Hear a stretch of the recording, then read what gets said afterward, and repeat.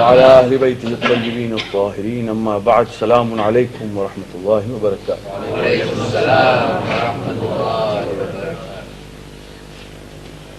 In some of the remaining factors which would invalidate our fasts, we will tackle some tonight. One, to remain present at a place where there is a dense smoke or powder, either edible or inedible, whether it is the grain powder, wheat, or whatever. Suppose there is a mill and I stand there where dense powder or smoke, I allow it to enter into my mouth and down the throat, that will make my fast batil. This does not include the breeze. If a person stands at the seashore and there is a heavy breeze blowing, and if he keeps his mouth open to allow the breeze to enter in, that of course does not make roza batil. But anything else foreign, like dense powder or smoke, this will make roza batil.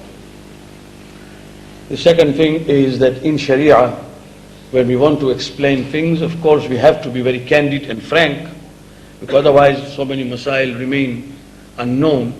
So the second thing which makes roza batil is sexual intercourse. Now, this is a very serious offense in a sense.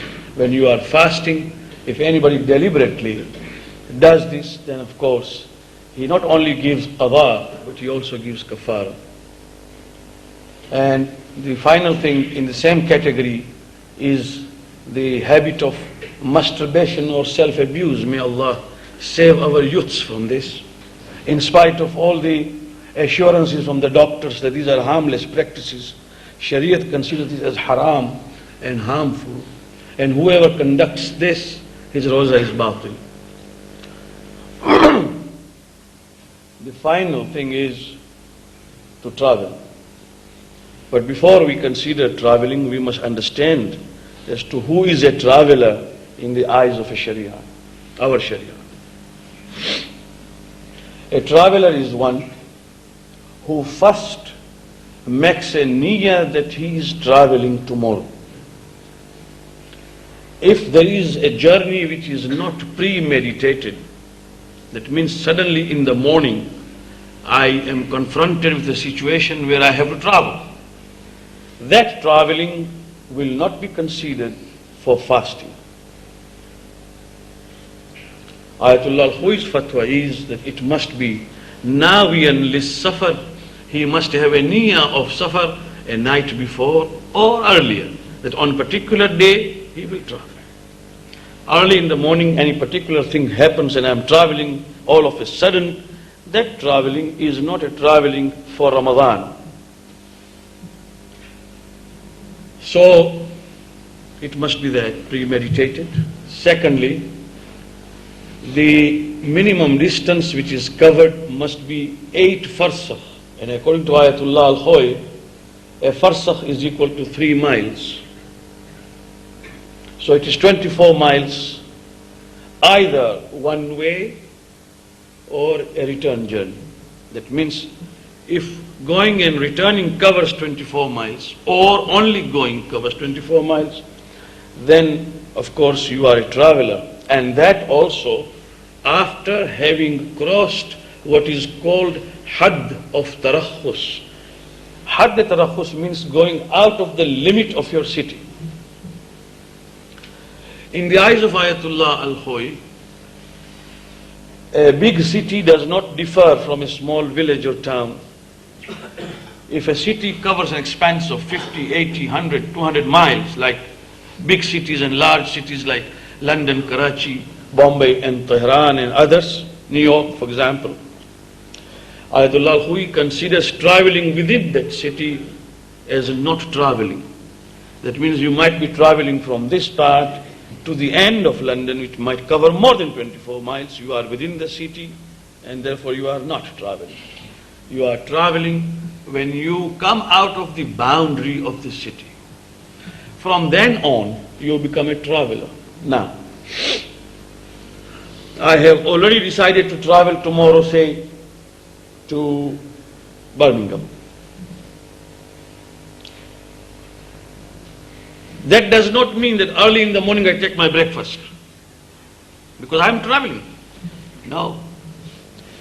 The travel and the journey does not initiate, does not begin till you have reached Hadd Tarakhus. That means that limit where you are outside the boundary of the city. And then also if you cover 8 farsakh, either one way or up and down, then of course you become a traveler. So once you have crossed the Tarakhus, that means the boundary, then your journey begins. Before that, you just don't have your breakfast in the morning simply because you are going to travel. Because in human society, in human life, things can change. You may even cancel traveling. And if telephone comes in and you have got another work to attend to. So that does not start that way. And a traveler in Sharia is a traveler who travels for a purpose which is mubah, that means allowable. If a person is traveling with the purpose of committing a sin, like going to a particular place to give a false witness, he's going a court to appear in the court which is St. Peterborough or in Leicester, and is going there to give a false witness for his friend. Now that is a safar which is haram, or God forbid what it used to be in earlier days when we lived, wherever we lived, that people travel from one place to another to see the new picture which was released. Because it was not released in their town, it was released in a particular city. And for that they used to travel. And that travel is haram. Now when the niyat is traveling, now remember there is a difference. If any sin is committed during the travel, that is something else. And the intention of traveling for the purpose which is haram is something else. The purpose is the thing which counts. God forbid to go and gamble, or to go and kill, or whatever. Now, and a traveler is a traveler when he goes to a place where he does not ordinarily reside, it is not his watan, and wherever he goes, he is not going to live there or stay there for 10 days or more. Now all these things considered, now you are a traveler. Now, tonight only one thing, so that there is no confusion. Tomorrow inshallah we will proceed further. If you want to travel,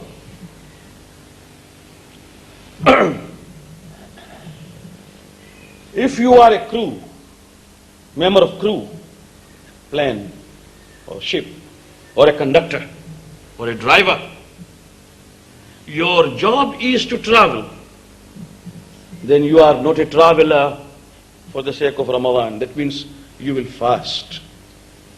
When you are, your profession is traveling, right? That is one thing. Second thing, Ayatullah Al-Khoury says, وَالتَّاجِرُ الَّذِي يَدُورُ لِتِجَارَتِهِ. A salesman or a businessman whose business involves traveling. He has got a business outside London and in London, and he travels for his business constantly, then that man is not a traveler for the sake of fasting, he will fast.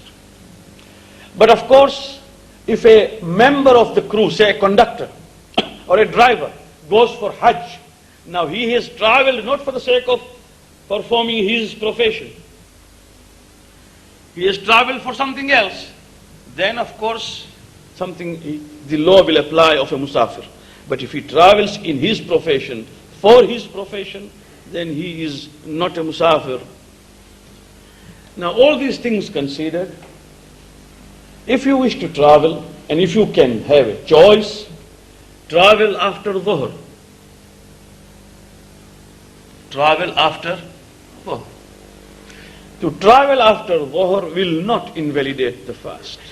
That means once the time of Dhuhr has entered, if you travel after that, going to Peterborough, Leicester, Birmingham, or even overseas, that day's fast will be a completed fast and you will not eat. So this is to make it very simple, that when you want to travel, and if you have a choice, travel after Dhuhr. But if you travel before Dhuhr, then that day's fast automatically becomes batil the moment you reach Hadd Tarakhus, that means the boundary of the city. At the airports, you are at the airport, you have still not traveled. You can't go to the restaurant there and have a sandwich. It is when there is a blast off, when the aircraft has taken off and you are away from them, then of course you are now a traveler. Anyway, we will go into details inshallah as the days advance, but I have just given you a brief picture of traveling in the month of Ramadan. Last night we were discussing certain things on Surah al-Fatihah and we discussed Alhamdu. Now there are certain things which I must make clear. Ayatollah al-Khomeini rahmatullah alayh had when he came to Iran after 15 years, in the beginning he started with a class of Tafsir of Quran, and he started with the Tafsir of Surah Alhamd. That book has been published, Tafsir Alhamd by Ayatollah al-Khomeini Ridwanullah alayh. What he has said is very important in the opening lines, which I must make it clear, and that is what the ulama always say, that what we say in the form of tafsir, that this is the meaning, is actually what we have understood in the light of what the Prophet and Ahlul Bayt and ulama have said. We cannot say that this is the only meaning that Allah meant. This is what we have been able to comprehend. This is what we have been able to understand. And there can be much more which we do not know. This must be made very clear, so that he has said it repeatedly. In that particular book, if you read, as he goes on developing his thesis, he repeatedly advises. In fact, after having even presented an interpretation, he says, this is what we have understood, Wallahu a'lam, and Allah knows better. After having said this, the corollary of what we discussed last night about Hamd is that we are supposed to say Alhamdulillah in all the situations. This is very important. وَاجْعَلْنِي بِقِسْمِكَ رَاضِيًا قَانِعًا وَفِي جَمِيعِ الْأَحْوَالِ مُتَوَاضِعًا. This is what Mawla says in Dua Kumail. Ya Allah, for your distribution of wealth, make me always pleased and contented. For whatever you have granted, let my pleasure be with that, with your decision, and let me be contented, qani'a. وَفِي جَمِيعِ الْأَحْوَالِ, and in every situation of life, مُتَوَاضِعًا, make me humble. Now we live, and we have different situations in life. It sometimes is very smooth sailing, sometimes it is very difficult phase of life, sometimes there is grief and sorrow, and sometimes there is pleasure and joy. In all, and sometimes there is anxiety and worries. In all the situations, to be able to say Alhamdulillah is actually the test of being slave and servant of Allah. This is the meaning. You see, sometimes we are surprised, but even today, in certain Arab communities, Muslims, the moment they hear somebody has died, they say Alhamdulillah. It doesn't mean that thank God I'm saved. No. What it means is that all praise to Him who willed whatever He willed. He willed need it. You see, tomorrow I should be able to say Alhamdulillah when I'm dying. It's a good philosophy that at the end of my life, when I know that I'm going, if I'm able to say Alhamdulillah, thank you for having given me life for as long as you wanted to give me. Thank you for this brief respite that you gave me, 60, 70, 80, 90, 100, whatever. Thank you for this life, O Allah. Alhamdulillah, for whatever it happened. That is the sum total of having understood. The immediate word which follows is lillah. And that lam which comes before Allah, which makes lillah, has been translated in Urdu, for example, Sari Taarif Allah ke liye. Lillah means Allah ke liye. In Gujarati, Sarve Vakhan Allah Mate. So this lam is taken as meaning for, mate, liye. But what is really deep in this lam before Allah must be understood. Sheikh Jawad Amuli in his Tafsir writes that this lam before Allah which makes lillah is not for intifa' but it is for ikhtisas. It's something very deep. That means, unfortunately, the Arabic grammar does not always have equivalents in English or any other. But I'll explain it. The translation would not be that all praise is for Allah or for the benefit of Allah. The translation would be all praise is exclusively for Allah. That hamd is exclusive. No one shares. And that is why the good translation would be that sarve vakham matra Allah mate. Fakat Allah mate. Sari taarif sirf or sirf Allah ke liye. That is the meaning of it. That lam is not for intifa', it is for ikhtisas. It makes it makhsus for Allah subhanahu wa ta'ala. Having understood this, just read the translation of Dua Iftitah. After having said whatever he wants to say as a preamble, our Imam alayhi salam, Imam Zaman Ajjalallahu Farajah, starts with hamd, one after the other. Alhamdulillahi Qasim al-Jabbareen Mubir al-Zalim. Alhamdulillahi alladhi la mudad lahu fi mulki wa la munazi' lahu fi amr. Alhamdulillahi al-Fashi fi al-Khalqi amruhu wa hamduh. Al-Zahiri bil-Karami majduh. الباسط بالجود يده الذي لا تنقص خزائنه ولا تزيده كثرة العطاء. You find hamd one after the other for all the situations which arise in human life.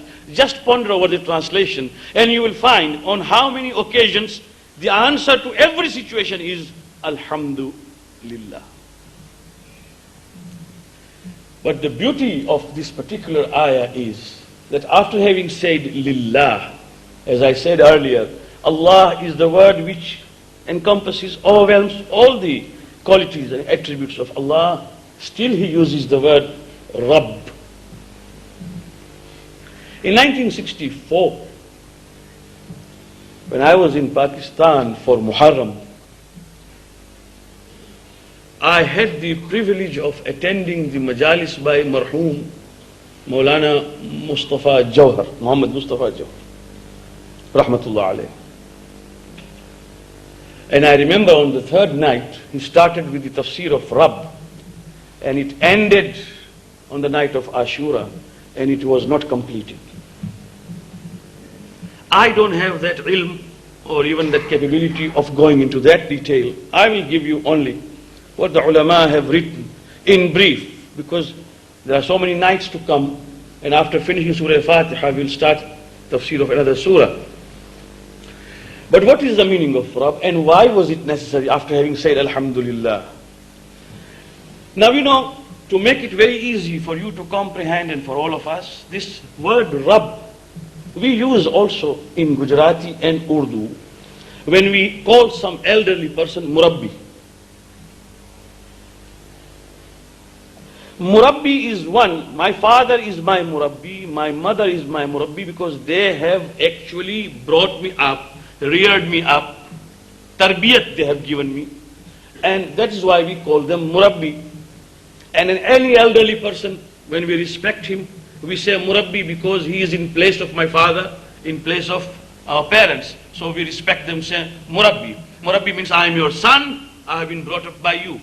The question of Rabb is that he is not only the maker, he is also the provider and sustainer. It's something very subtle. Have we ever thought, it may be everyday occurrence, the moment the child is born, whether it is a human child or even an animal child, I mean any, young, litter or any, it knows that Allah has provided for sustenance. Shaykh Saadi said, har unke dandan dahad nan dahad. He who gave the teeth gave also the loaves to eat. The moment a child is born, there is no teeth in the mouth, but it knows to seek where the food is. And the mother's breast is full to provide that rizq which has been given by Allah subhanahu wa ta'ala, ready to provide. I mean, it is something else if the modern world tells us that if the mother feeds, then there will be a loss of beauty or whatever. But after all the problems that we have encountered, the world is coming back to the same lesson, that the best food and the most nutritious food for a human child is from the breast of the mother. They have tried everything. Allah has provided. And the child cries, and the mother is ready to provide, to feed, to breastfeed. Sustainer. Rabb. Allama Majlis alayhi rahmah writes that once Hazrat Ibrahim alayhi salam said, Ya Allah, I would like to see how you maintain.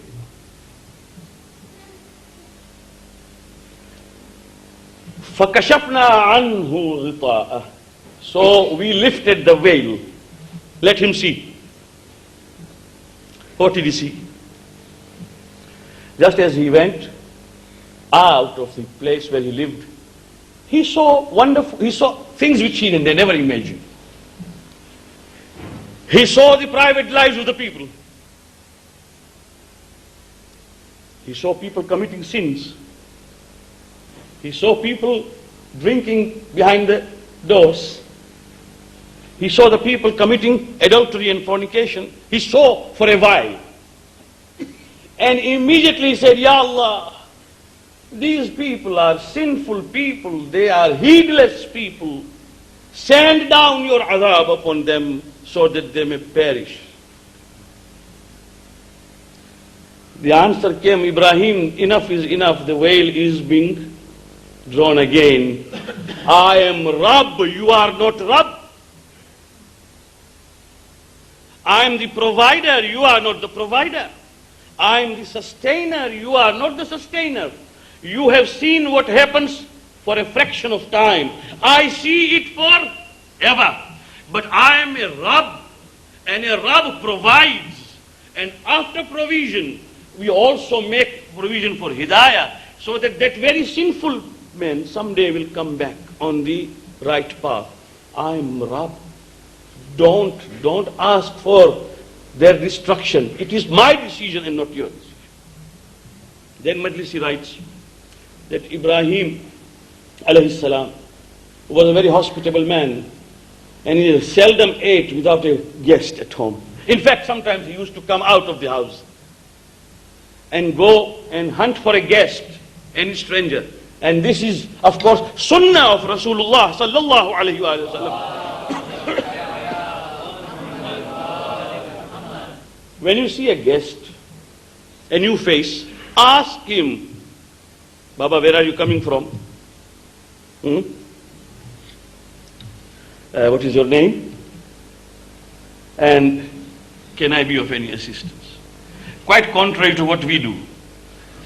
The moment we see a strange face, we try to make as if we have not seen him. We must ask. He's a guest. He might be needing something. What is your name? What do you need? He's a guest. Hazrat Ibrahim was looking for a guest and he found one. And he said, where are you from? He said, I'm just coming from far. Are you hungry? Perhaps he said, yes. Well, I said, let's go home. He took him home. Majlis al-Rahmah and all the historians have written this, that as he sat to eat, he sat and he started eating without saying even Bismillahir Rahmanir Rahim. He just started. Like a person released from jail or a person released from the fast. I remember Mukhi Sahib used to tell us, read this dua, read this dua. We used to laugh at him. This man is a fool. We are eating. He's asking for dua. What dua? But actually there is a dua. Allahumma laka sumtu wa ala rizkika aftartu wa alayk tawakkaltu. Fine. Hazrat Ibrahim alayhi salam told him, brother, say Bismillah in the name of Allah. So he said, I don't know of Allah. I never heard, I don't know of Allah. He said, what? You don't know of Allah? You are not fit to sit here, get up. And the moment he told him to get out, Jibreel Amin came and said, Ibrahim, ask him what is his age. He is more than 60 years old. He really does not know Allah. We have fed him for 60 years without even caring whether he knew us or he did not know us. That is Rabb. Feed him. Hazrat Ibrahim apologized. Majlis al-Rahmah said, implored and told him, please come back. And he said, what happened? By the second breath you're asking me to come back. And just a few moments he told me to get out. Hazrat Ibrahim said, this is what Allah subhanahu wa ta'ala has said. And that man on the hands of Ibrahim became a Muslim and believer. Which means, Rububiyyah wa atawassalu ilayka, dua kumail, wa atawassalu ilayka. Bismillahir Rahmanir Rahim. Alhamdulillahi Rabbil Alameen. Wassalatu